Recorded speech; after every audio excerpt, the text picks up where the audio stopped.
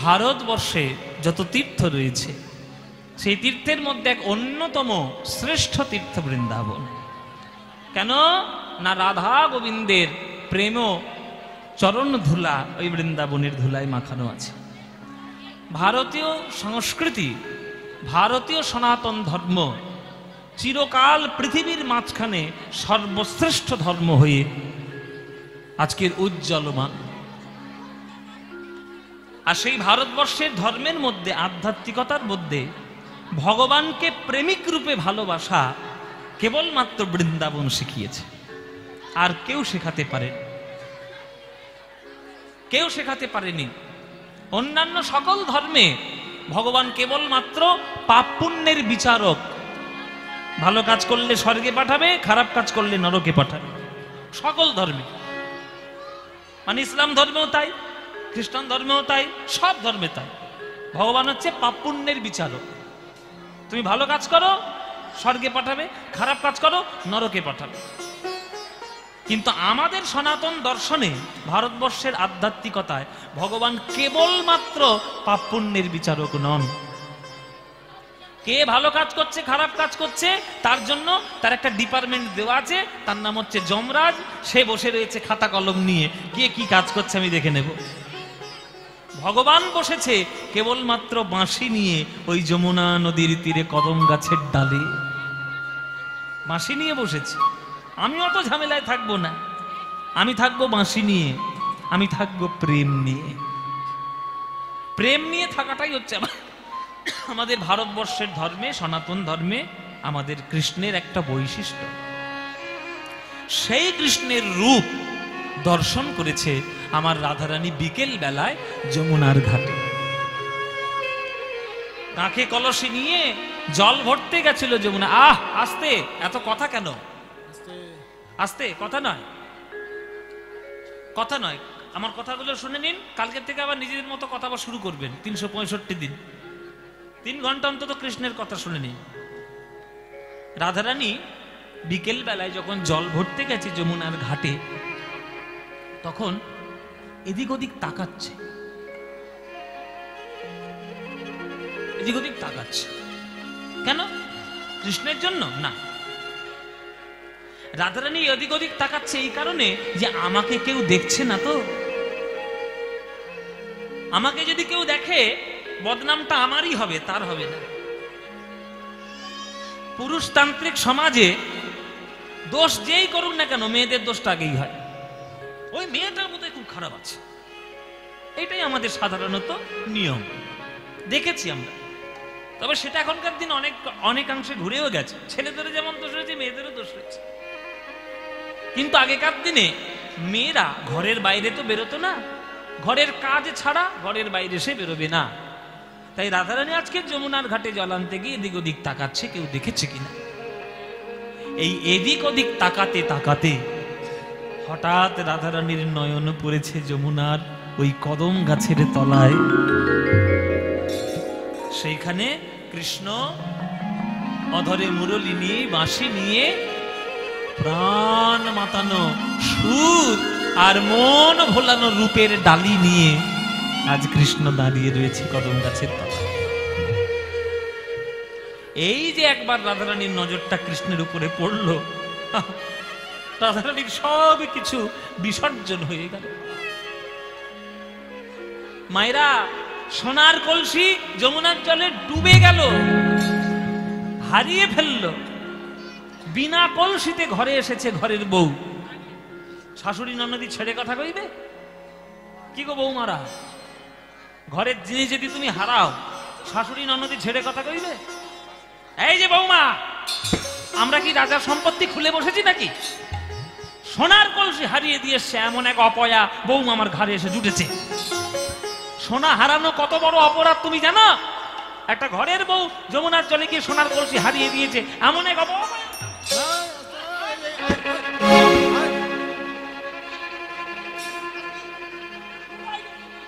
কুলোটা, অপয়া, নানান ধরনের বদনাম রাধারানীকে দিচ্ছে। এখন ছুটে এসেছে সবাই, মানে ললিতা বিশাখা ছুটে এসেছে। কি হয়েছে মা, কি হয়েছে, কি হয়েছে, কি হয়েছে? এরকম রাধারানীকে বকাবকি করছেন কেন? তখন শাশুড়ি জটিলা বলছে, এই এই ঘটনা দেখো, সোনার কলসি ভাসিয়ে দিয়েছে যমুনার জল। আমরা কি রাজা জমিদার নাকি যে সোনার কলসির লাইন দিয়েছি? ললিতা বিশাখা বলছে, মা আপনার সোনার কলসি হারিয়ে গেছে, আপনি এরভাবে চিৎকার করবেন না।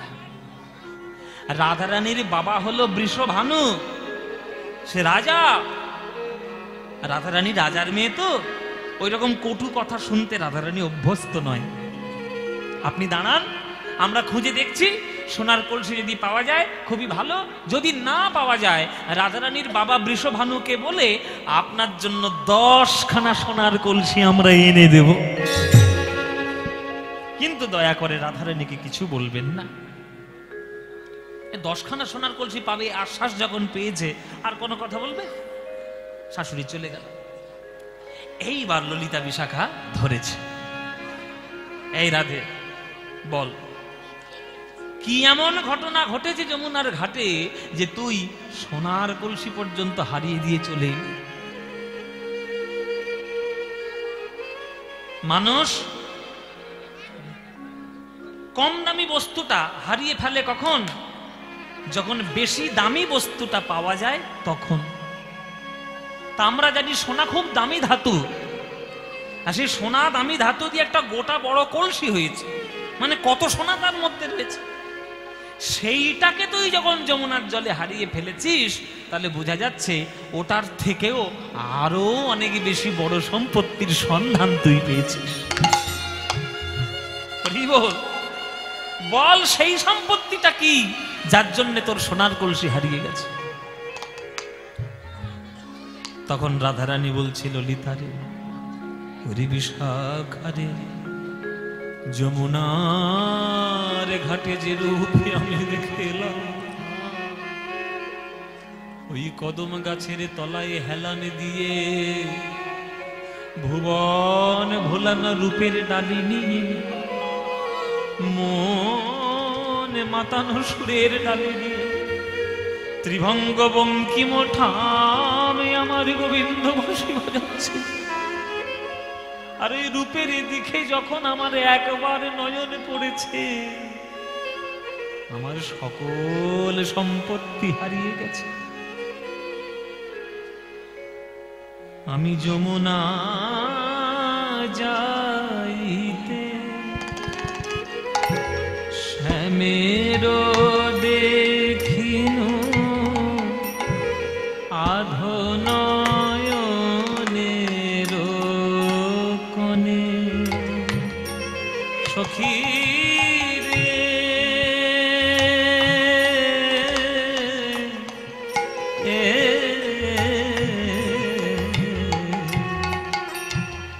যমুনা যাইতে শ্যামের দেখিনু আধো নয়নের কোণে, সেই হইতে মোর কি হলো ব্যাধি, সেই হইতে মোর কি হলো ব্যাধি। আস্তে আস্তে আস্তে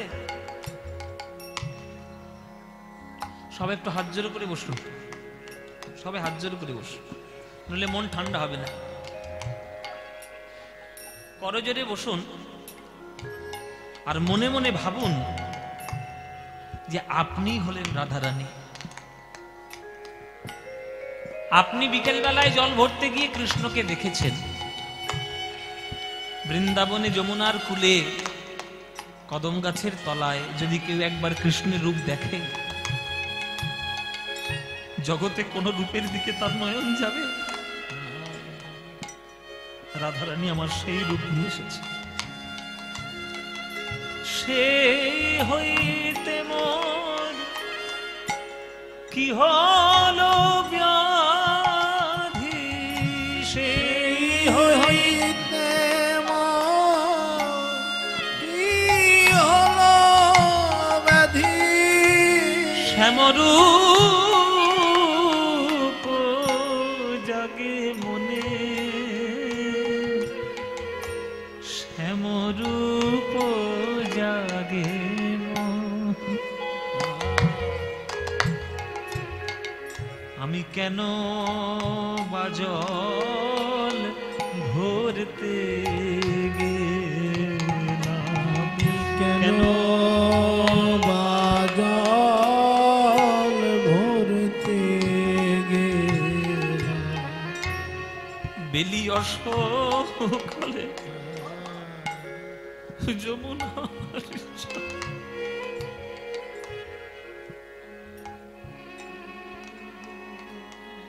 বেলি অসকালে যমুনার জলে আমি কেন বাজল ভরতে গেলাম। বেলি অসকালে যমুনার জলে কেন বাজল ভরতে গেলাম। বেলি অসকালে ওই যমুনার জলে আমার কাজ তো বুঝি ভালো করি না। অসকালে যমুনার জলে কাজ তো বুঝি ভালো করি না। বেলি অসকালে যমুনার জলে আমি কাজ তো বুঝি ভালো করি না। অসকালে যমুনার জলে আমি কেন বাজল ভরতে গেলাম, কেন বাজল ভরতে গেলাম। সেই হইতে মোর কি হলো ব্যাধি, শ্যামরূপ জাগে মনে, শ্যামরূপ জাগে।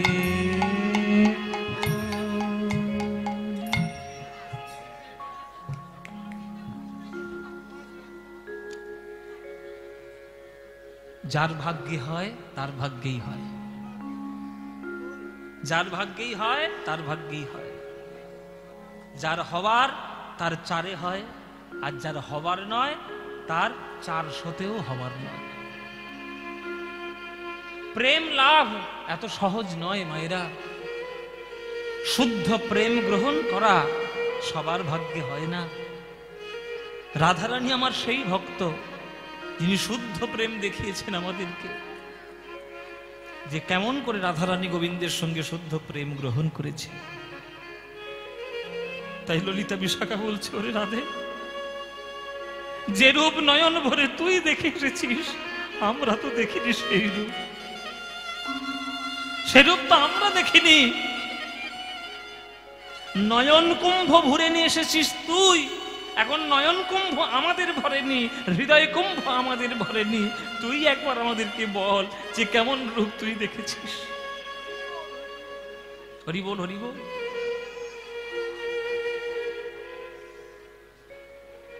তাই রাধারানী বিশ্লেষণ করছেন, আমি আমার গোবিন্দকে কেমন দেখলাম জানিস, কেমন দেখলাম জানিস আমার গোবিন্দকে?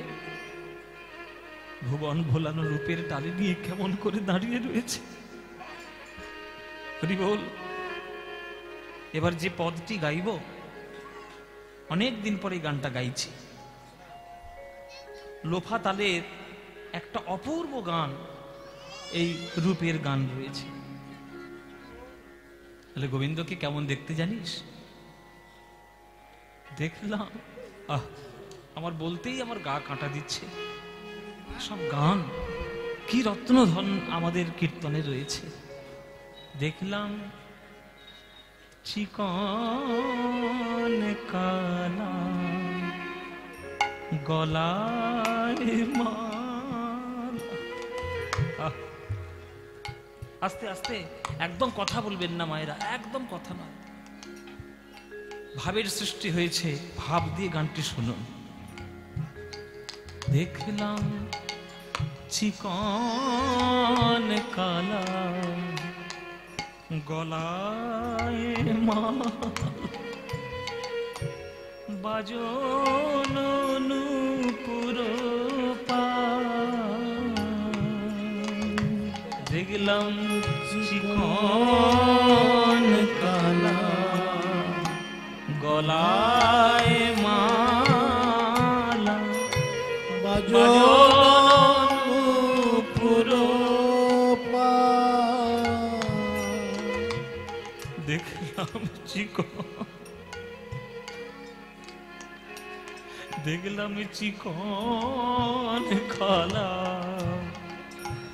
গলায় মালা বাজন নূপুর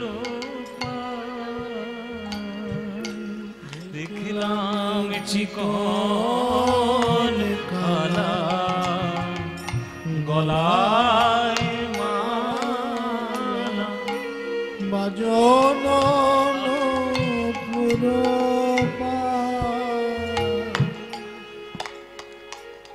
তারই চূড়ার পরে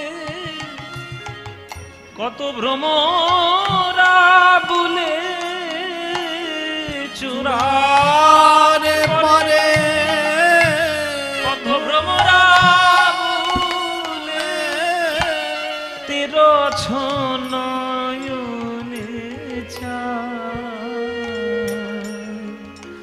কই চূড়ার পরে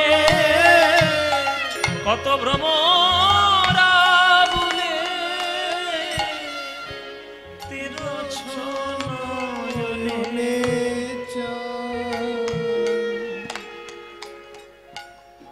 সখীরে আমার সবই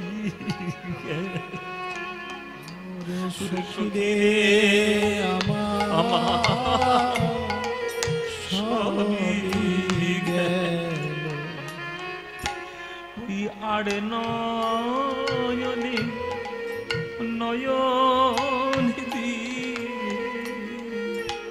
সখীরে আমার সবই গেল ওই আড়ে নয়নে নয়ন দিয়ে সখীরে আমার সবই গেল। এই গানটা অনেক দিন আগে, প্রায় বছর 7-8 আগে আমাকে খুব সুন্দর করে শুনিয়েছিলেন এই নবদ্বীপের একজন শ্রীখোল বাদক, তার নাম হচ্ছে নিমাই বিশ্বাস। তিনি নেই আজকের।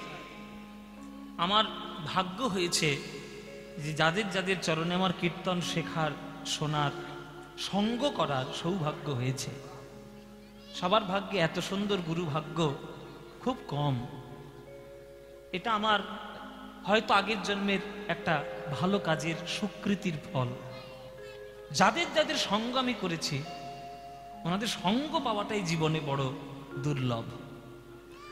আমি যখন ছোটবেলা থেকে কীর্তন, আমার বাড়িটাই হচ্ছে মানে গান বাজনার বাড়ি। আমার ঠাকুর দাদা কবি গান করতেন, তারপরে আমার বাবা কাকা তারা মিউজিশিয়ানস, তারা যন্ত্র সঙ্গীত বাজাতে অভ্যস্ত। এই যে যিনি বেহালা বাজাচ্ছেন ইনি আমার বাবা, আর যিনি ওই গান গাইছেন আমার সঙ্গে সঙ্গে উনি আমার কাকা। এটা আমার বাড়ির গান বাজনার পরিবেশ। ছোটবেলা থেকে কীর্তনের প্রতি আমার একটা এমনি একটা অনুরাগ ছিল। আমি দাদুর কোলে বসে, আমার যখন 6 বছর বয়স, তখন দাদুর কোলে কোলে বসে বলেছিলাম যে দাদু আমাকে কীর্তন শেখাম, আমি কীর্তন করব, কীর্তন গাইতে আমার খুব ভালো লাগে। তো দাদু তখন তেমন তার সামর্থ্য ছিল না যে তিনি বড় গুরুর কাছে গিয়ে আমাকে কীর্তন শেখাবেন। যতটুকু সামর্থ্য ছিল আশেপাশের গুরুদেরকে নিয়ে একটু গানগুলো শেখাতে শুরু করেছে। তারপর অনেক পরে অরুণ চট্টোপাধ্যায়ের সঙ্গে দেখা হলো, তিনি আমাকে একটুখানি কীর্তন শেখালেন। তারপরে প্রণব ব্যানার্জি বলে একজন ছিলেন, তিনি আমাকে একটু কীর্তন শেখালেন। তারপরে আমার বাড়ির কাছাকাছি একজন কীর্তন গাইতে এলেন, হ্যাঁ, এসেই একেবারে আমার সর্বনাশ করে দিলেন আর কি। হ্যাঁ, এখনো সর্বনাশ করেই যাচ্ছে, সেই সর্বনাশটা এখনো চলছে। তার নাম হচ্ছে কীর্তন সম্রাট শ্রী সুমন ভট্টাচার্য। তিনি আমার বাড়ির কাছাকাছি একটা জায়গায় গান করতে আসতেন। প্রথম আমি ওনার গান শুনতে গেলাম। গান শোনার পর মনে মনে ঠাকুরের কাছে প্রতিজ্ঞা করেছিলাম যে ঠাকুর, কীর্তন যদি শিখতে হয় তাহলে এই কীর্তনটাই শিখবো, নইলে কীর্তনটা বন্ধই করে দেবার, শিখবই না। বহু বছর ধরে ধরে ধরে ধরে ধরে ধরে থাকার পর তারপরে আমার যখন 12 বছর বয়স হলো, তখন উনি রাজি হলেন যে হ্যাঁ, আমি তোমায় কীর্তন শেখাবো। আমার একদম ছোটবেলা থেকে কীর্তন শুরু এবং শেখার সুমন কাকুর কাছে দেখেছে ইনি, এই যে আমার ডান দিকে খোল বাজাচ্ছেন, কেননা উনি হচ্ছেন আমার গুরুর বাজিয়ে, শ্রী শম্ভুনাথ চক্রবর্তী। উনি দেখেছেন ছোট্টবেলা থেকে। তারপরে ওনার কাছে গেলাম, কীর্তন শিখলাম। তারপরে নীলমণি দাস বলে একজন নবদ্বীপের ছিলেন, তিনি যামিনী মুখার্জি মহাশয়ের দোহার। তিনি খুব বৃদ্ধ বয়সে আমার বাড়িতে গেলেন যে তোমাকে আমি একটু কীর্তন শেখাবো, তোমার গুরুর গুরু আমি, মানে আমার গুরু সুমন ভট্টাচার্য। তিনি ছোটবেলায় ওনার কাছে কীর্তন শিখেছে। তিনি একেবারে বৃদ্ধ বয়সে আমাকে কীর্তন শেখালেন। বেশ অনেকগুলো তাল টাল আমাকে শেখালেন, সোমতাল, মধ্যম দশকুশি, শশী শেখর, হ্যাঁ, তারপরে বিরাম দশকুশি, এগুলো সব শিখিয়েছিলেন, কাটা দশকুশি, এগুলো শিখেছিলাম। তারপরে সেই থেকে এখন এই যে কীর্তনের সঙ্গে চলছে।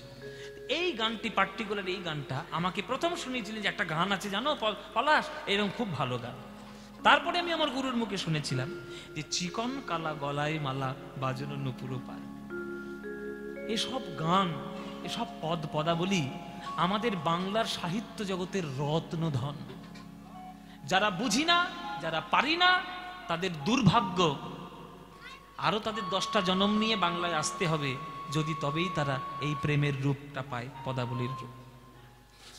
কত সুন্দরভাবে একটা গানকে ধীরে ধীরে গেয়ে মানুষের মনের মধ্যে প্রবেশ করানো যায়। এই যে আপনারা গানের সুরটা শুনে আপনারা আকুল হয়ে গেলেন, আপনারা প্রেমে লুটোপুটি খাচ্ছেন, আমার ক্রেডিট নয়, এটা গানটার ক্রেডিট। এটা গানের এই ক্ষমতা, আমার ক্ষমতা নেই। আমি একটু গেয়েছি মাত্র, কিন্তু গানটার এমন ক্ষমতা রয়েছে সবাইকে সম্মোহিত করতে পারে। কালিন্দির কুলে কি দেখিল সখী, ছলিয়া নবর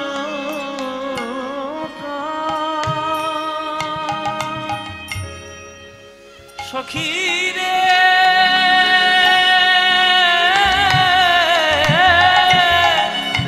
আমার সখীরা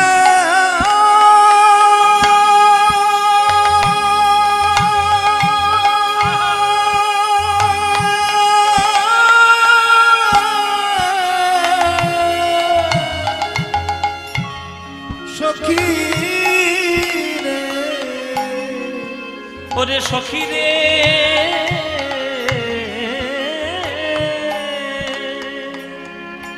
কালিন্দির কুলে কি দেখিল সখী, আমার ছলিয়া নগর।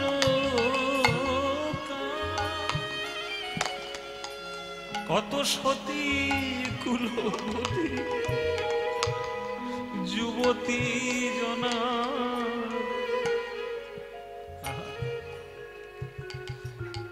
ওই ঘর মাইতে না পারিল সখী,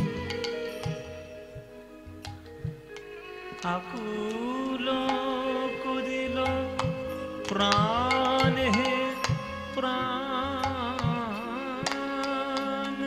ঘর মুয়াইতে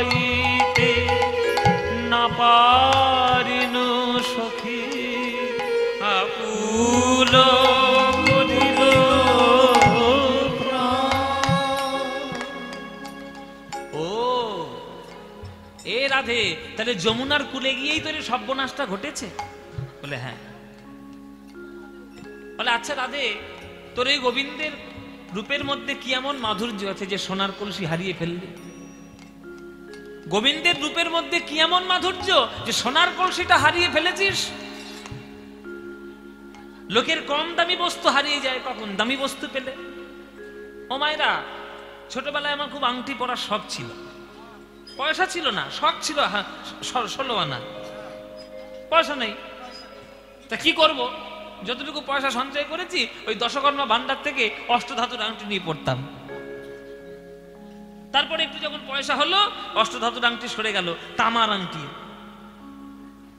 তারপর আরেকটু পয়সা হলো, তামার আংটি সরে গেল, রূপোর আংটি এলো। আবার যখন একটু পয়সা হলো, রূপোর আংটি সরে গেল, সোনার আংটি এলো। তাহলে দেখুন, ধীরে ধীরে কম দামি বস্তুটা হারিয়ে যাচ্ছে। কেন?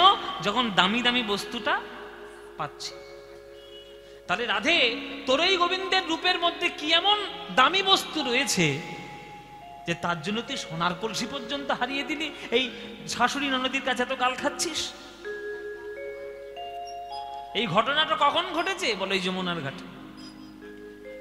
জল নিচ্ছি আর এদিক ওদিক তাকাচ্ছি, দেখছি ভুবন ভোলানো রূপের ডালে নিয়ে গোবিন্দ আমার দাঁড়িয়ে। ওই রূপের দিকে যে একবার নয়ন দেবে, আর কি অন্য জায়গায় কারণ নয়ন দিতে ইচ্ছে করবে? ও মায়েরা, একটা গোবরের পোকা আর একটা মৌমাছি। মৌমাছি আর গোবরের পোকা দুজনের মধ্যে বন্ধুত্ব হয়েছে।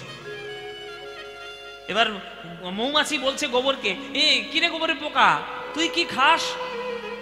তখন গোবরের পোকা বলছে, আমি আমি গোবর খাই। তখন মৌমাছি হি হি করে হাসছে। হাসিস কেন? বলে হ্যাঁ, হাসবো না তো কি করবো, কাঁদবো? তুই যেটা খাস সেটা হচ্ছে জগতের নিকৃষ্ট বস্তু, ওটার নাম হচ্ছে বিষ্ঠা। গরুর বিষ্ঠাকে লোকে গোবর বলে, আর তুই সেই গোবর খাস, ওই জন্য আমি হাসছি।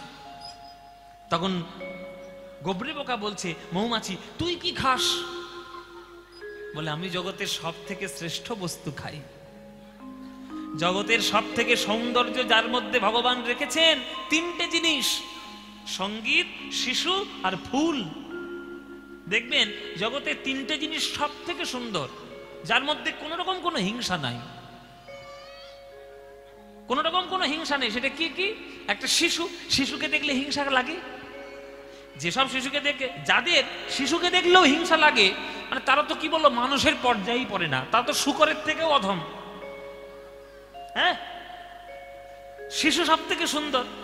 কি সুন্দর শিশু, তাকে দেখলেই ভালোবাসতে ইচ্ছে করে। আর ফুল জগতের সব থেকে সুন্দর, তাকে দেখতেই সুন্দর কত লাগে, ঈশ্বরের চরণে নিবেদন করতে ইচ্ছে করে। আর সঙ্গীত সব থেকে সুধা মাখা। ওরে শোন গোবরে পোকা, ওই ফুলের মধ্যে যে রেণু থাকে, সেই রেণুর মধ্যে যে মধু লুকানো থাকে, সেই মধু আমি প্রাণ প্রাণ ভরে পান করি, তোর মতো বিষ্ঠা আমি খাই। তখন গোবরে পোকা বলছে, এ মৌমাছি, তুই তো আমার বন্ধু, আমার মুখের মধ্যে একটু ওই মধু দিতে পারবি? ও মায়েরা, মৌমাছি যদি তার মুখে করে মধু নিয়ে এসে গোবরে পোকার মুখের মধ্যে দেয়, আর সেই গোবরে পোকা যদি একবার মৌমাছির স্বাদ পেয়ে যায়, আর কি তার গোবর ভালো লাগবে গো? ভালো লাগবে গোবর? ভালো লাগবে না। তত্ত্ব আছে এখানে। তত্ত্বটা কি? এখানে গোবরে পোকা কে? গোবরে পোকা হলাম আমরা। দিবারাত্র বিষ্ঠা খাচ্ছি, দিবারাত্র নোংরা জিনিস খাচ্ছি, নোংরা সংসারের মধ্যে পড়ে রয়েছি। কাম, ক্রোধ, লোভ, মোহ, মদ, মাৎসর্য, হিংসা, বিদ্বেষ, জাল, জুয়া, চুরি, সব নোংরার মধ্যে আমরা বসে আছি। তাহলে মৌমাছি কে? মৌমাছি হচ্ছে গুরুদেব, সৎগুরু। ওই সৎগুরু যদি কৃষ্ণ নামামৃত মধু একবার আমাদের মুখে লাগিয়ে দেয়, আর সেই নামের অমৃতের স্বাদ যদি একবার আমরা পেয়ে যাই, আর কি জগতের এই বিষয় আশয় গোবরের দিকে মন থাকবে? আর লাগবে? আর গোবর খেতে ইচ্ছে করবে? মায়েরা, ওই জন্যই বলছি যে গুরু সঙ্গ করুন। সৎগুরুর চরণাশ্রয় করুন। সঙ্গ যদি ভালো হয় তার জীবন মধুময় হবেই হবে। তাই ললিতারে বিশাখারে ওই যমুনার ঘাটে গিয়ে ওই অমৃতময় রূপ আমি দেখে এসেছি। ওই দেখার পরে আমার ঘর হতে আর বেরোতেই ইচ্ছে করলো না। আমি ঘরে আসতেই পারলাম না, আমার সোনার কলসি হারিয়ে গেল যমুনার জলের মধ্যে। ঘর মাইতে না পারিন সখী, আকুল করিল প্রাণ। ঘর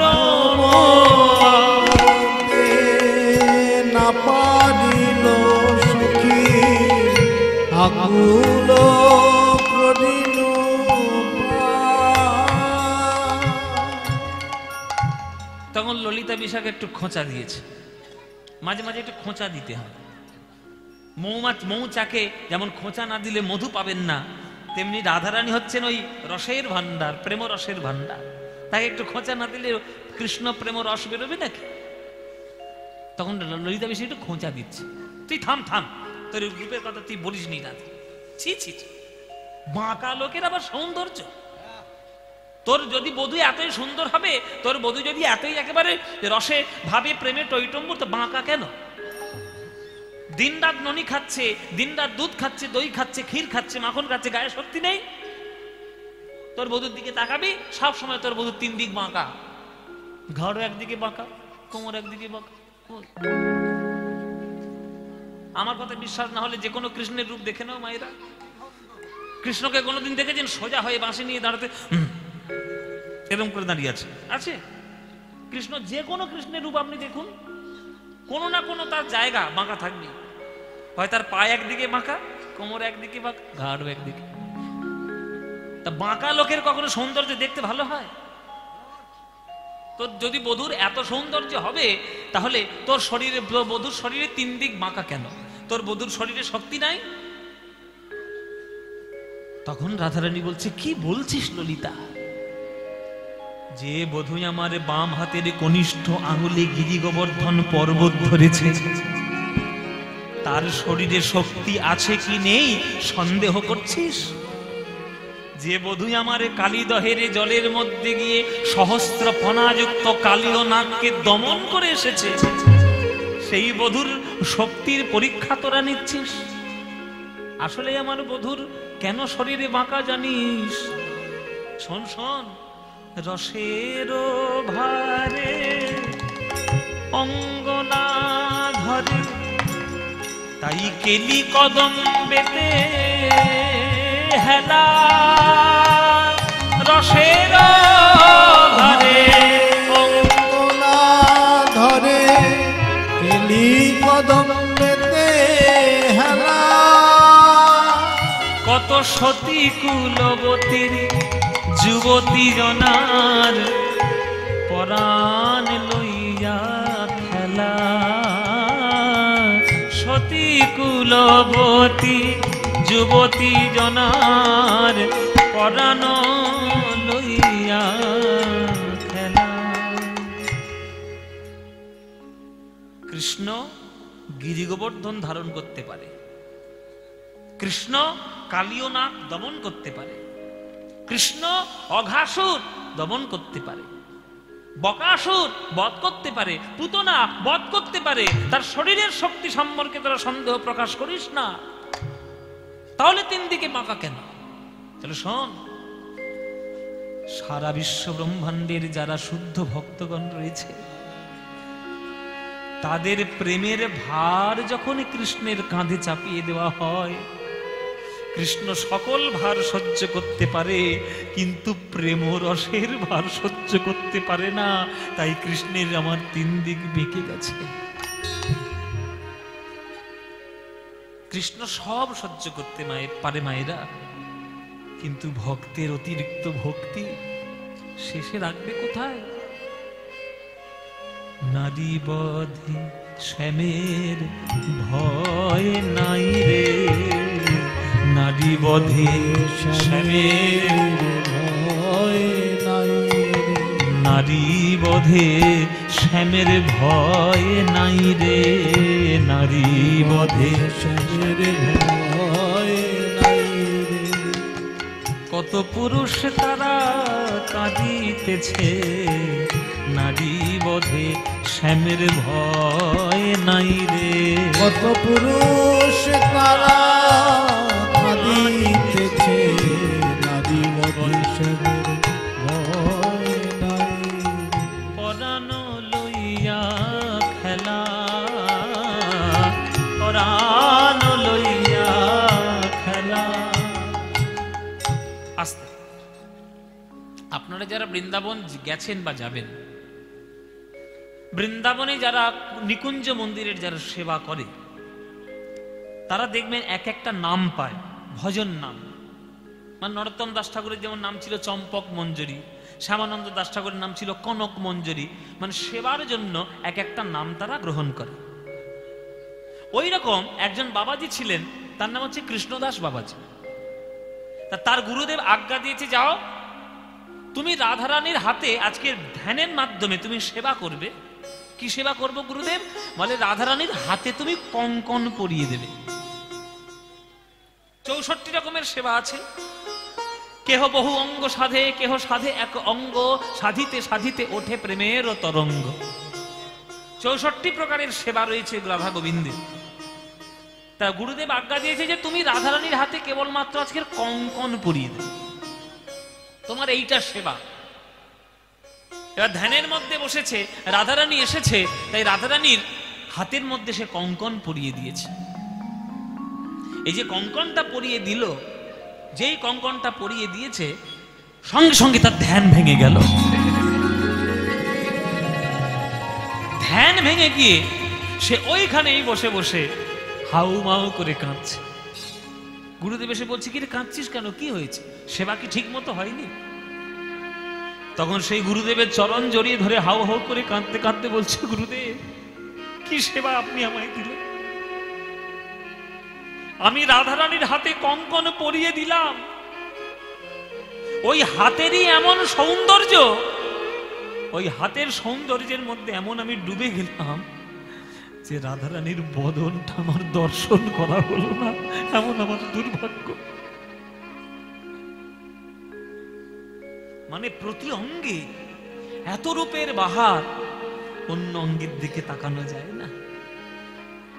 শুধু হাতে কঙ্কন পরিয়েছে, তাতেই এমন মন ভরে গেছে যে রাধারানীর বদনটার দিকে তাকাবে বা চরণটার দিকে তাকাবে তার খেয়াল নেই, ধ্যান তার ভেঙে গেছে।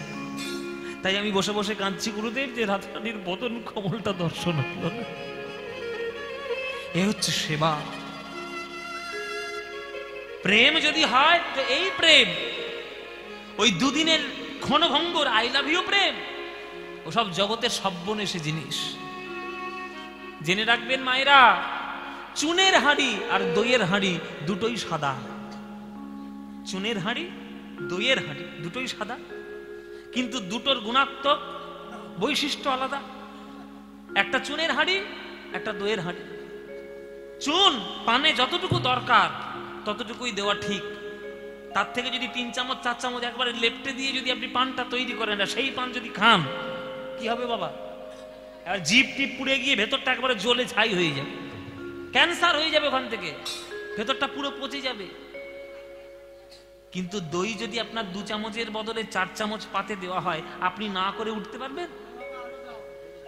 বলবেন আরো কোথায় নবদ্বীপের ক্ষীর দই আছে সেইটা নিয়ে আয় বাবা, নবদ্বীপের ক্ষীর দই নিয়ে আয়, আর কোথায় কি দই আছে সব নিয়ে আয়। কেননা ওই দইটা মিষ্টি, সেটা আমরা ভক্ষণ করলে আমাদের মনের মধ্যে আনন্দ হয়। এই যে জগতের যেসব প্রেমগুলো আপনারা দেখছেন, এগুলো চুনের হাঁড়ি। জীবনে যতটুকু দরকার ততটুকুই ঠিক আছে, বেশি যদি করতে গিয়েছেন জীবন জ্বলে একবারে ছারখার হয়ে যাবে। কিন্তু রাধা গোবিন্দের প্রেম হচ্ছে দইয়ের হাঁড়ি। যতই আপনি সেই প্রেম আস্বাদন করবেন, এমন আপনার হৃদয় ভরে যাবে, সারা জীবনেও সেই প্রেম দিয়ে হৃদয় ভরাতে পারবেন। ওই হচ্ছে সেই প্রেম। শ্রবণ কুণ্ডল মকর কুণ্ডল, শ্রবণ কুণ্ডল মকর কুণ্ডল, শ্রবণ কুণ্ডল মকর কুণ্ডল, শ্রবণ কুণ্ডল মকর কুণ্ডল, বিয়লে পিন্ধন বাস, বিদলে বিদন পগ রাঙা উৎপল,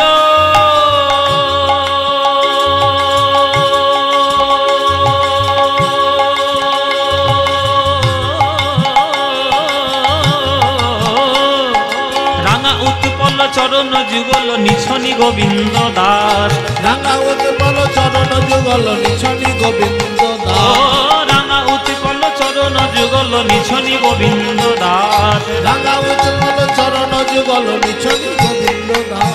ওই চরণে ছাড়া কিছু জানি না, চরণ ছাড়া কিছু জানি না, হে গোবিন্দ শরণ নিলাম চরণে ছাড়া কিছু জানি না, হে গোবিন্দ শরণ নিলাম চরণ ছাড়া কিছু জানি না। ওই চরণ কমলের তলে হরি হরি হরি বলে, চরণ কমল তলে হরি হরি হরি বলে চরণ কমল তলে, হরি হরি হরি বলে চরণ কমল তলে, বল চরণ যুগল নিছনি গোবিন্দ দাস, রাঙা চরণ যুগল নিছনি গোবিন্দ দাস, নিছনি গোবিন্দ দাস রে, নিছনি গোবিন্দ দাস। ও আচ্ছা আচ্ছা, তা তোর বধুর কত রূপ? বলে কত রূপ? এই যে ভগবানের দেখতে কেমন। একবার যশোদার অঙ্গনে কৃষ্ণ মাটি খেয়েছিল, আর মাটি খাওয়ার পর যশোদা বলছে, হ্যাঁ এত ঘরে রমণী রয়েছে, মাখন রয়েছে, তুই খেগুলো খেতে পারলি না, খেয়েছিস মাটি? খোল মুখ, মুখটা খোল। যখন মুখটা খুললো, সে মুখের মধ্যে কি দেখেছিল? কি দেখেছিল মায়েরা? বিশ্ব ব্রহ্মাণ্ড। কৃষ্ণ দুই রূপে বৃন্দাবনে লীলা করেন, জগতে লীলা করেন। তার মুখের মধ্যে যখন বিশ্ব ব্রহ্মাণ্ড দেখা যায়, তখন মনে হয় তিনি ক্রিয়েটার, তিনি বিশ্ব ব্রহ্মাণ্ড সৃষ্টি করেছেন, জগৎ সৃষ্টি সব তার। আবার সেই কৃষ্ণ যখন বৃন্দাবনে প্রেম করেন, তখন তার প্রেমময় রূপ হয়। তার রূপ আমাদের ধরা এত সহজ নয়। তার দুই রূপ বাবা, বিশ্ব ব্রহ্মাণ্ড দেখেছিল মুখের মধ্যে, আবার কুরুক্ষেত্রের মাঠে অর্জুনকে একবার বিশ্বরূপ দেখিয়েছিল। সবই ভগবানের রূপ। আপনি যা দেখছেন জগৎ মাঝে, সবই ভগবানের রূপ। তাই মানব জাতি হয়েছেন, মানুষ কুলে জন্ম নিয়েছেন, শুধু ভগবানের মূল রূপকে হৃদয়ে ভরে ডাকবেন, বেশি বিচার বিবেচনা করতে যাবেন না। বিশ্বাসে মিলায় বস্তু, তর্কে বহুদূর। আমরা বড় তর্ক করি, বিশ্বাস করতে চাই না। তর্ক করলে ভগবান আসবে না, বিশ্বাস করলেই আসবে। বিশ্বাসের ক্ষমতা আছে ভগবানকে টেনে নিয়ে আসা। অদ্বৈত আচার্যের বিশ্বাস ছিল যে আমি গঙ্গার জলে তুলসী পত্র ভাসালে ভগবানকে আমি টেনে নিয়ে আসতে পারবো। বিশ্বাসের জন্যই আজ নিতাই আমার নিমাই এসেছে নবদ্বীপে, রাধা কৃষ্ণ মিলিত তনু হয়ে। আমরা বিশ্বাস করি না, তর্ক খুব করি। আর এখন তর্কের এত টিআরপি, বাপরে বাপ, ভাবতে পারছেন না। তর্কের টিআরপি এখন দারুণ। যে যত তর্ক করতে পারবে, সে জগতে তত টিআরপি পেয়ে যাবে। হ্যাঁ, টিআরপি।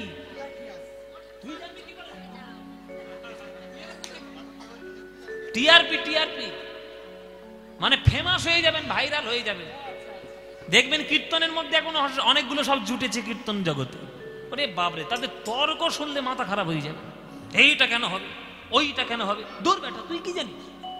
কি হবে না হবে তুই জানিস? তোর ক্ষমতা কতটুকু এই বিশ্ব ব্রহ্মাণ্ডের মধ্যে তোর অস্তিত্বের? বেশি তর্ক করতে যেও না, ভাব দিয়ে ডাকো। মাকে আপনি ভালোবাসবেন, তর্ক দিয়ে ভালোবাসবেন না ভালোবেসে ভালোবাসবেন? ভালোবাসা নাই, তর্ক আছে। ওই জন্যই তো কৃষ্ণের রূপ বিভিন্ন জায়গায় বিভিন্ন ভাবে। ভগবানের সৃষ্টি ভগবানের মধ্যেই থাকতে দিন, বেশি চালাকি করতে যাবেন না, আপনার চালাকিতে কিছু হবে না। তাই ললিতারে বিশাখারে যে গোবিন্দের রূপে আমি দেখেলাম, এই রূপ ভুবনে ভোলানো রূপ, এই রূপের কোনো তুলনা নাই। যমুনার তীরে গিয়ে দেখে এলাম ওই গোবিন্দের মন মাতানো ভুবন ভুলানো রূপ। আরে কিবা চিকন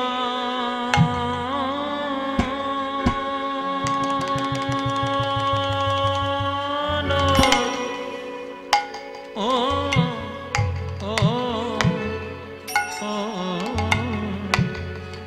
চিকন কালি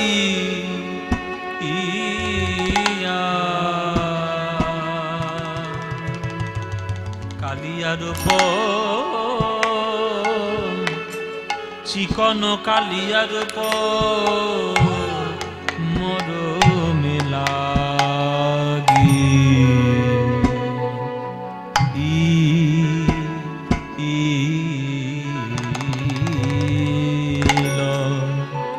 ও আরে কি বা ও আরে কি বা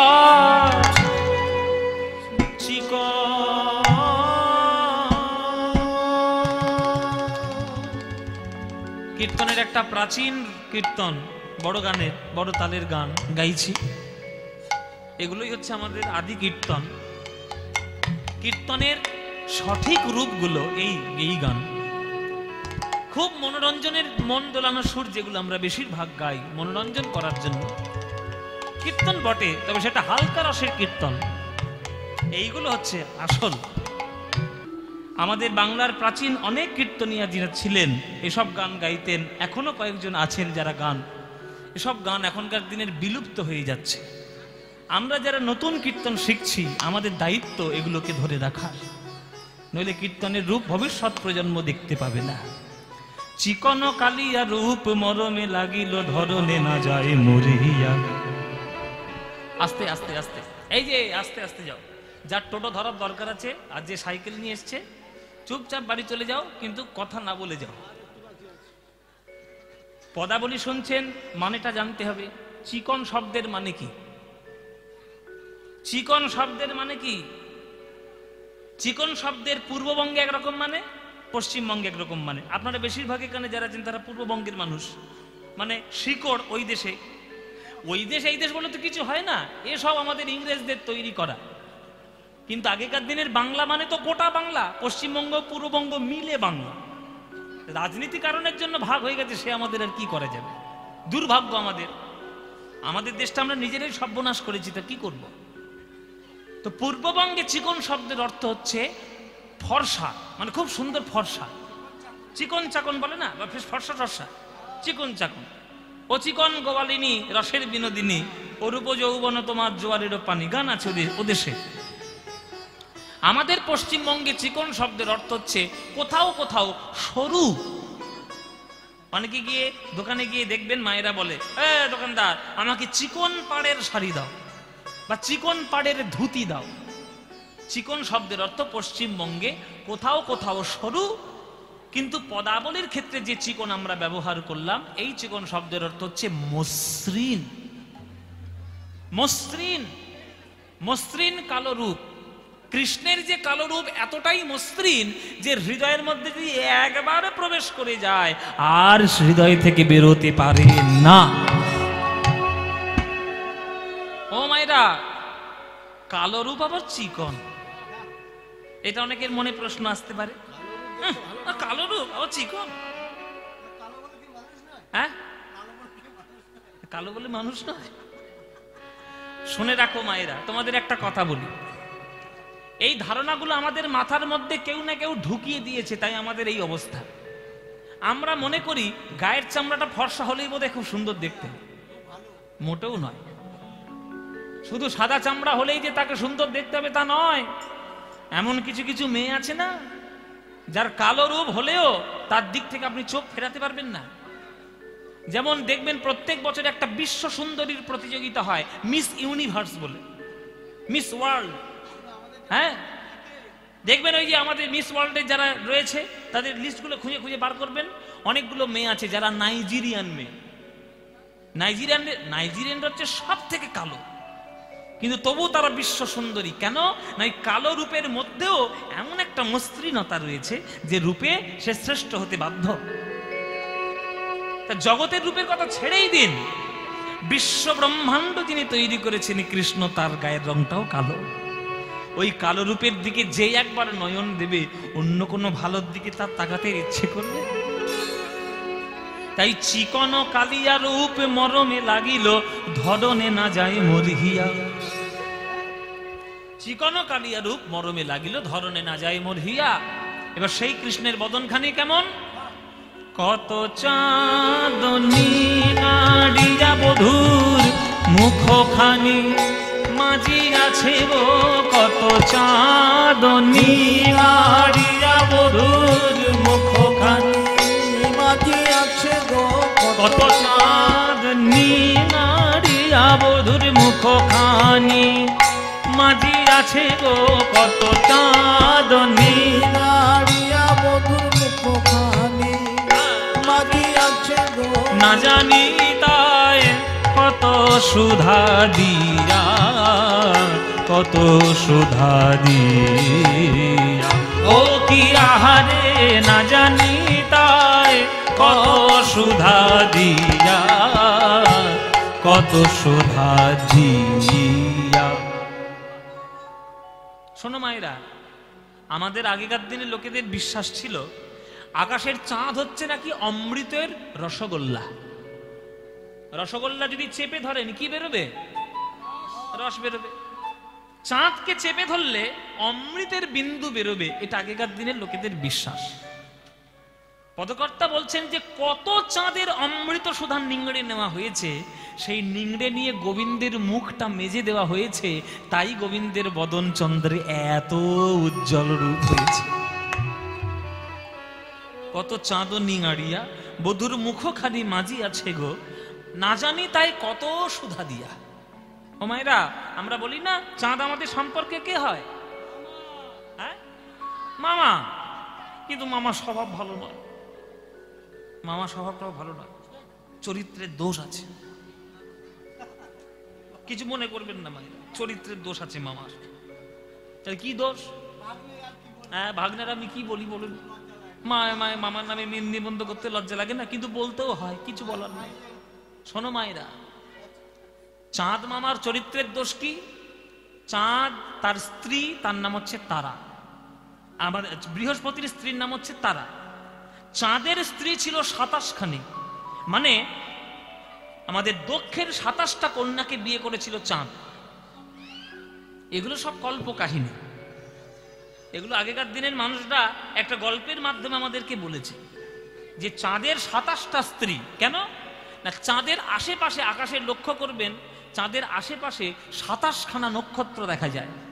আর সেই 27 খানা নক্ষত্রের নাম পাঁজিতে লেখা থাকে। দেখবেন নক্ষত্র হস্তা, চন্দ্রা, সাথী, হ্যাঁ, উত্তর ফাল্গুনী, রোহিণী, নানান ধরনের নাম রয়েছে। এই 27টা নক্ষত্র হচ্ছে চাঁদের স্ত্রী। তবুও চাঁদ বৃহস্পতির স্ত্রী তারা, তার প্রতি আকৃষ্ট হয়েছে। অমনি বৃহস্পতি গঙ্গা জল অভিশাপ দিয়েছিল যে চাঁদ, তোর রূপ যৌবনের এত অহংকার যে তুই গুরুপত্নীর প্রতি আকৃষ্ট হয়েছিস, তোকে আমি অভিশাপ দিলাম, 16 দিনের মধ্যে ক্ষয় হয়ে যা। বৃহস্পতি অভিশাপ দিল 16 দিনের মধ্যে ক্ষয় হয়ে যা, অভিশাপ দিল। যেদিন থেকে অভিশাপ দিল সেদিন থেকে পরের দিন থেকে একদিন, দুদিন, 1 কলা 2 কলা করে চাঁদ কমছে। শিব ঠাকুরের করুণায় আবার ফিরে পেয়েছিল। চাঁদ যেমন 15 দিন করে কমে, আবার 15 দিন করে বাড়ে। কমলে আমরা কি বলি? কৃষ্ণপক্ষ, আর বাড়লে কি বলি?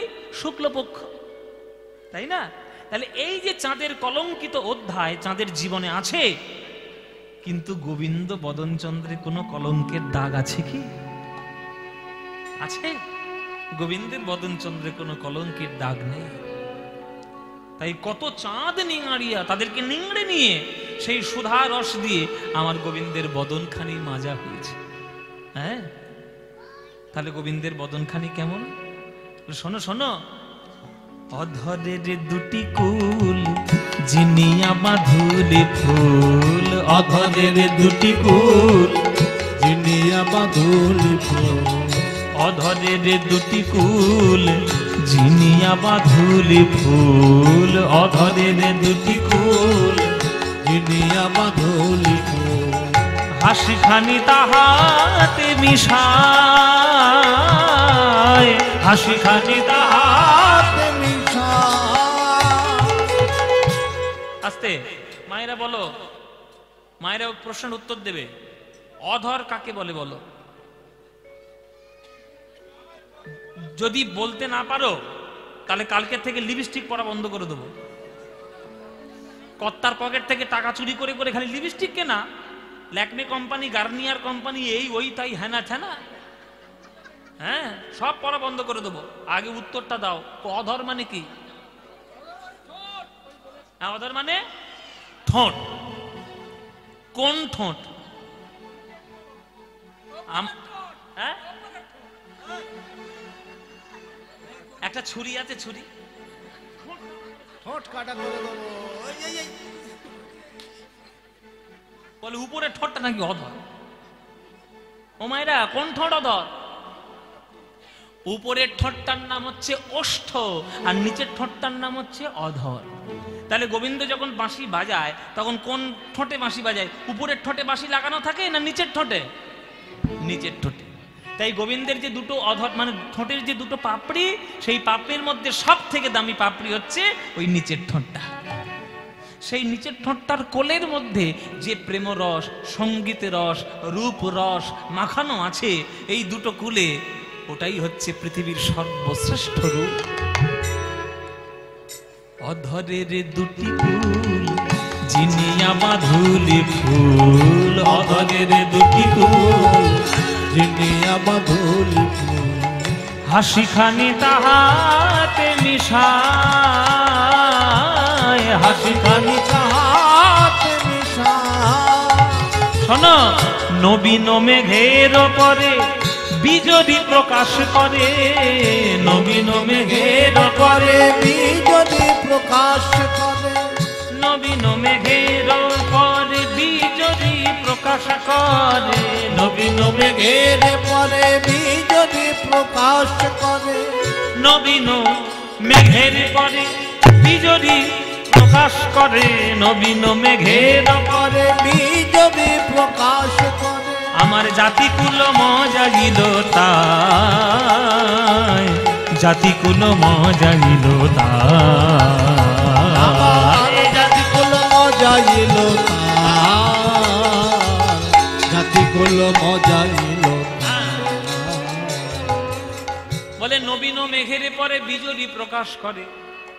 কিরকম? বলে নতুন মেঘের মাঝখান থেকে যখন বিদ্যুৎ প্রকাশিত হয়, দেখবেন আকাশে যখন খুব মেঘ জমে, মেঘ জমলেই দেখবেন আকাশ অন্ধকার হয়ে যায়। এমন এমন সময় বাবা দেখবেন মানে মেঘ হয় যে দিনের বেলায় রাতের মতো অন্ধকার হয়ে যায়, হয় না? ঠিক সেই সময় দেখবেন ওই মেঘের মাঝখান থেকে হঠাৎ করে বিদ্যুৎ খেলে যায়, চমক, বিদ্যুৎ পড়ছে, চমক। এই যে বিদ্যুতের চমকটা, ঝলকানিটা এলো, যতই অন্ধকার থাক না কেন ওই ঝলকানিতে সব দপদপ দপদপ করে পরিষ্কার হয়ে গেল। গোবিন্দের মুখমণ্ডল হচ্ছে মেঘের রাশি, আর মেঘের রাশির মাঝখান থেকে যখন দাঁতের শোভা দেখা যায়, মুক্তের মতো সাজানো দাঁত, তো সাজানো দাঁতে যখন হাসে তখন দাঁতটা দেখা যায়, আর তখন যে রূপের ওই যে বিদ্যুতের ছটার মতো যে রূপটা বেরিয়ে আসে, জীবের হৃদয়ের মধ্যে সকল অজ্ঞান আধার দূর করে আলোয় আলোকিত করে দেয় গোবিন্দের ওই হাসি মাখা রূপ। নবীন মেঘের পরে বিজলি প্রকাশ করে, নবীন মেঘের পরে বিজলি প্রকাশ করে, আরে জাতিকুল মজাইল তাই, জাতিকুল মজাইল তাই, জাতিকুল মজাইল তাই, জাতিকুল মজাইল তাই। ভুরু যুগ সন্ধান কামেরও কামানবান, ভুরু যুগ সন্ধান কামেরও কামান, ভুরু যুগ সন্ধান কামের কামান বান। গুরু যুগ সন্ধান কামের কামান বান। আপনাদের এখানে এই তখন পৌষ মাস পড়েছে, আপনাদের এখানে লেপ তৈরি করতে বিহার থেকে সেই লোকগুলো আসে? হ্যাঁ, দেখবেন শীতকালে আসে না কাশ্মীরের লোকগুলো, সেই কাঁধে তুলের বস্তা, আর দেখবেন কাঁধে একটা ধনুকের মতো একটা থাকে, ওই তুলোর ওপরে ফেলে ব্যাং ব্যাং ব্যাং করে আওয়াজ হয় না। এখন সব ব্ল্যাঙ্কেট বেরিয়ে গেছে, এখন লেপ আর কে গায়ে দেয়? আগেকার দিনে লেপ গায়ে দিত, এখন ব্ল্যাঙ্কেট। আর আগেকার দিনে ঠান্ডা, আগেকার দিনের মতো ঠান্ডা এখন আর বাংলায় পড়ে না বাবা। আমরা ছোটবেলায় যে ঠান্ডা পেয়েছি, মানে সেই নাড়া জ্বালিয়ে আগুন পোয়াতাম, জানেন নাড়া কাজে বলে? নাড়া জানেন? নাড়া, ধান কেটে নিলে, হ্যাঁ নাড়া কোনটা? ওই ধান কাটা হয়ে যাওয়ার পর যেটা অবশিষ্ট পড়ে থাকে ওইটা নাড়া। আমি তো গ্রামেরই ছেলে রে বাবা, আপনাদের মতো আমি তো আর শহরের ছেলে নই, কাজের সূত্রে শহরে থাকতে হয়, আমি গ্রামেরই ছেলে। ওই নাড়া কেটে নাড়া জ্বালিয়ে আমরা তখন হাত পোয়াতাম, আগুন পোয়াতাম। দেখবেন যখন ওই শীতকালের বিহারীরা যখন ওই কাঁধে করে ওই ধনুকের মতো নিয়ে আসে, ওইটার তুলোকে ধুনা, ওই জন্য ধুনান বলে, বলে না তুলো ধোনা করে ছাড়বো, ওইটা ধোনা। ধোনা মানে হচ্ছে মারা আর কি, মেরে মেরে ফুলিয়ে তোলা, আজকে চ্যাপটা তুলোকে ফুলিয়ে তোলা। তো এই যে ধনুক, গোবিন্দের বদনের মধ্যেও একটা ধনুক রয়েছে। কোন ধনুক? ভুরুরূপী ধনুক। এই পার থেকে শুরু করে এই পার পর্যন্ত জোড়া ভুরু, সেই জোড়া ভুরুর যে সৌন্দর্য সেটা রাধারানীর মনের মধ্যে এসে গেঁথেছে। ভুরু যুগ সন্ধান কামের কামান বান, ভুরু যুগ সন্ধান কামের কামান বান। হিঙ্গুলে মণ্ডিত দুটি আখি, হিঙ্গুলে মণ্ডিত দুটি আখি। ললিতা বিশাখা বলছে, রাতে ঠিক করে বল, কামান তোর মনে দাগ কেটেছে না বান গিয়ে দাগ কেটেছে? কামান কখনো দাগ কাটতে পারে? গেথে যাবে কি? ধনুক কখনো গাঁথে? গাঁথবে কোনটা? তীর গাঁথবে। তা রাধে তোর গোবিন্দের ভুরুটা যদি, জোড়া ভুরুটা যদি ধনুক হয়, তাহলে বান কোথায়? রাধারানী বলে, বান তো নিশ্চয়ই আছে। কোথায় তোর বান আছে? তোর বধূর। তাহলে শোনো, বানটা হলো ওই ভুরুর নিচে, নয়ন দুটি বান। অরুণ নয়ন কোণে চাইয়া ছিল আমা পানে, অরুণ নয়ন কোণে চাইয়া ছিল আমা পানে, অরুণ নয়ন কোণে চাইয়া ছিল আমা পানে, অরুণ নয়ন কোণে চাইয়া ছিল আমা পানে। আমি সেই হইতে শ্যাম রূপ দেখি, সেই হইতে শ্যাম রূপ দেখি, আমি সেই হইতে শ্যাম রূপ দেখি, সেই হইতে শ্যাম রূপ দেখি। গোবিন্দের নয়ন দুটি হলো গোবিন্দের ওই বিষম বান। বিষম বান কেমন বান? বাঁকা বান, যে একবার প্রবেশ করে আর তাকে বের করা যায় না।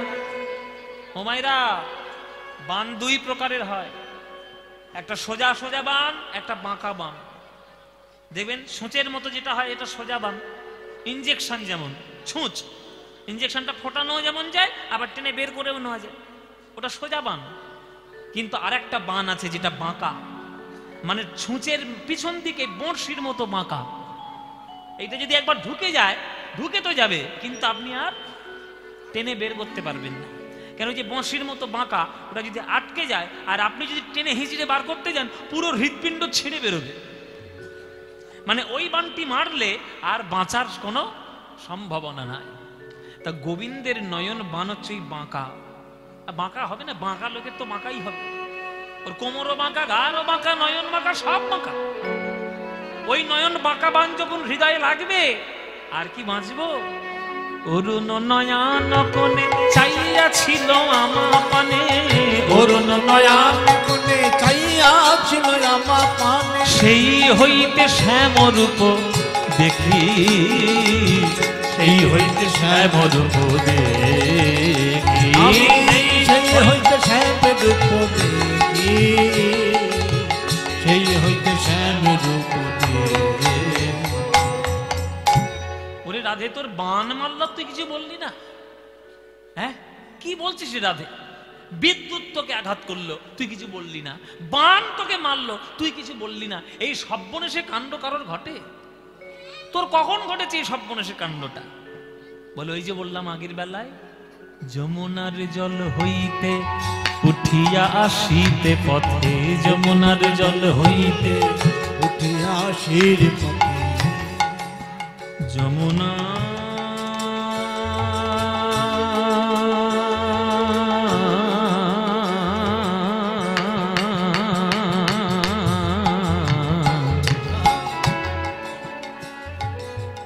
কীর্তনের যে সুর যেগুলো আপনারা এখন শুনছেন, এর সুরের মতো সুর আপনি ত্রিভুবনে পাবেন না। এই যে মন মাতানো একটা মাদকতা রয়েছে, এ কেবলমাত্র কীর্তনে রয়েছে। যমুনা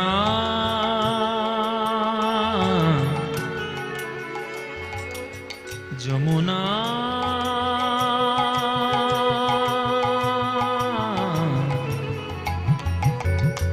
যমুনা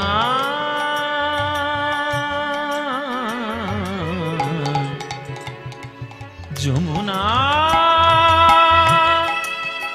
যমুনা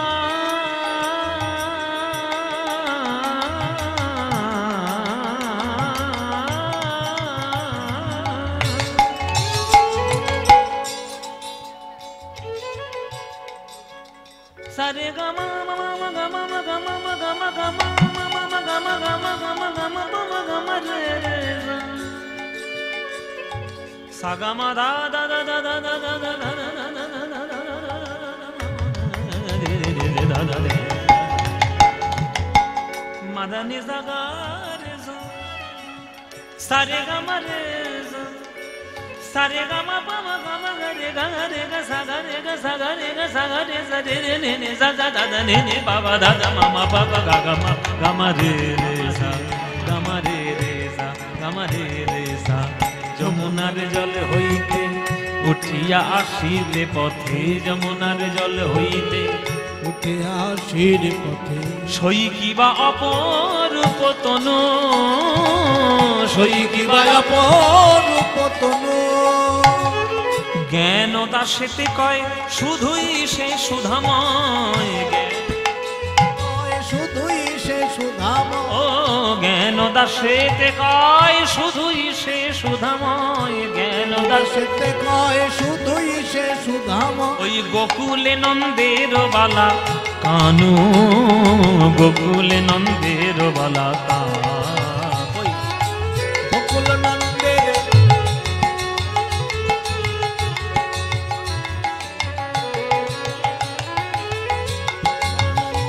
বালা কানু, গোকুলে নন্দের বালা কানু। ও মায়েরা, তোমাদের এদিকে বিয়েটি হয় নাকি? মায়েরা বলছে আবার কি ও কথা, বিয়ে হয় না তো আমরা কি এমনি বসে আছি? ও মায়েরা বিয়েটি হয় তো? এদিকে যখন বিয়ে হয় ওই বিয়ের তত্ত্ব পাঠায়, তত্ত্ব।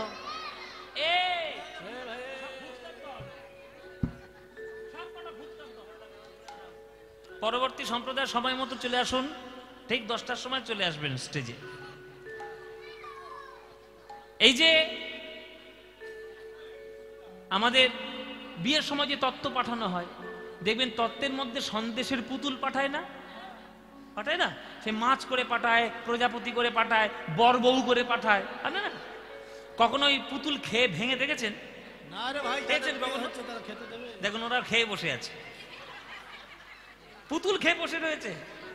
দেখবেন ওই বর বউয়ের পাটা ভেঙে খাবেন, ওটাও মিষ্টি। মুন্ডুটা ভেঙে খাবেন, ওটাও মিষ্টি। হাত ভেঙে খাবেন, ও মিষ্টি। যেটা খাবেন সেটাই মিষ্টি। কেন? আরে বাবা, পুরো শরীরটাই তো সন্দেশ দিয়ে তৈরি, তো মিষ্টি তো হবেই, তাই না? সন্দেশের পুতুল যেমন পুরোটাই সন্দেশ দিয়ে তৈরি, তাই যেটাই খাবেন সেটাই মিষ্টি, তেমনি গোবিন্দের অঙ্গটা পুরোটাই প্রেম সুধা রস দিয়ে তৈরি। যেটাই আস্বাদন করবেন সেটাই আপনার প্রাণের মধ্যে। ওই তো চলে এসেছে জয় নিতা।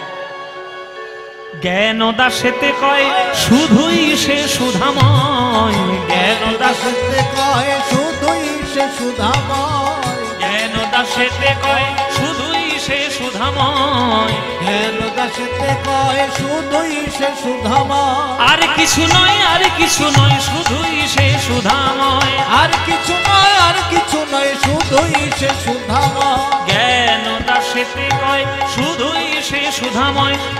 গোকুলে নন্দের বালা কানু, গোকুলে নন্দের বালা কানু, ওই গোকুলে নন্দের বালা কানু, গোকুলে নন্দের বালা কানু। রূপ মাধুর্য আমরা সাধন করলাম। এবার পরবর্তী সম্প্রদায় চলে এসেছে, আপনাদেরকে আক্ষেপ অনুরাগ শোনাবে, তারপরে রাসলীলা শ্রবণ করবেন। জয় নিতাই। পরবর্তী সম্প্রদায়ের গান শুনবেন। এই বাড়ি যাবেন না কোথাও, সবাই চুপচাপ বসুন। আমার গান শুনে বাড়ি যাচ্ছেন কেন? পরবর্তী সম্প্রদায় গান শোনাবে, প্রাণ ভরে শুনবেন। আর প্রসাদ সবার জন্য ব্যবস্থা রয়েছে, গ্রহণ করবেন। জয় নিতাই। আমরা একটি ছোট্ট ভজনকে আমরা শেষ করি। অচ্যুতম কেশবম কৃষ্ণ দামোদরম, অচ্যুতম কেশবম কৃষ্ণ দামোদরম, রাম নারায়ণম जानकी वल्लभम, राम नारायणम जानकी वल्लभम। कौन कहते हैं भगवान आते नहीं, कौन कहते हैं भगवान आते नहीं, तुम मीरा के जैसे बुलाते नहीं, तुम मीरा के जैसे बुलाते नहीं। अच्युतम केशवम कृष्ण दामोदरम, अच्युतम केशवम कृष्ण दामोदरम, राम नारायणम जानकी वल्लभ। हरि बोल हरि बोल। सबाई बसुन सबाई बसुन। स्टेजे केउ आसबेन ना, स्टेजे केउ आसबेन। केशवम कृष्ण दामोदरम, अच्युतम केशवम कृष्ण दामोदरम, राम नारायणम जानकी वल्लभम, राम नारायणम। भजो निताय गौर राधे श्याम जपो हरे कृष्ण हरे राम, भजो निताय